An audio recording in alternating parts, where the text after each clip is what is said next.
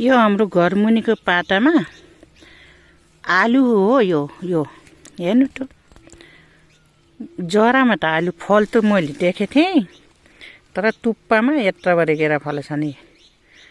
यत्रो बरेर फलेछन्, कहिले फुलेछ, त्यहाँदेखि यत्रो बरेर आलु, अनि यो टुप्पामा फलेछन्। यो जरामा कस्तो फल होला फेरि यो थाहा छैन मलाई कतिको फल्ने हो, तर टुप्पामा आलु फल्छ यत्रो ठुला गेरा भन्ने मैले आजै देखेँ। झार पनि गोडिदिनु पर्यो। यहाँ यस्तो आलु फलेछ टुप्पामा, यत्रो थुप्रा छ। मैले गोजीमा टिपेर राखेको छु, घर गएर विपनालाई देखाउँला भनेर यत्रो टिपेर राखेको छु।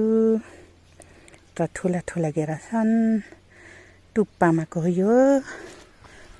यस्तो अचम्म छ। यहाँ जरामा त फल्छै फल्छ, टुप्पामा नि फलेपछि धेरै फल्ने होला होइन।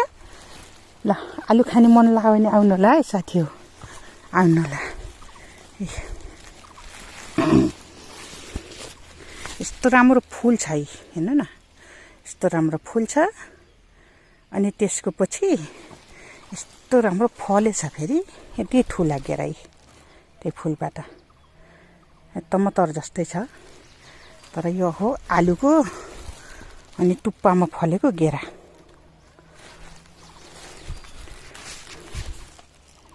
अहिले आलु धेरै होला जस्तो छ साथी हो, आलु खान आउनु होला।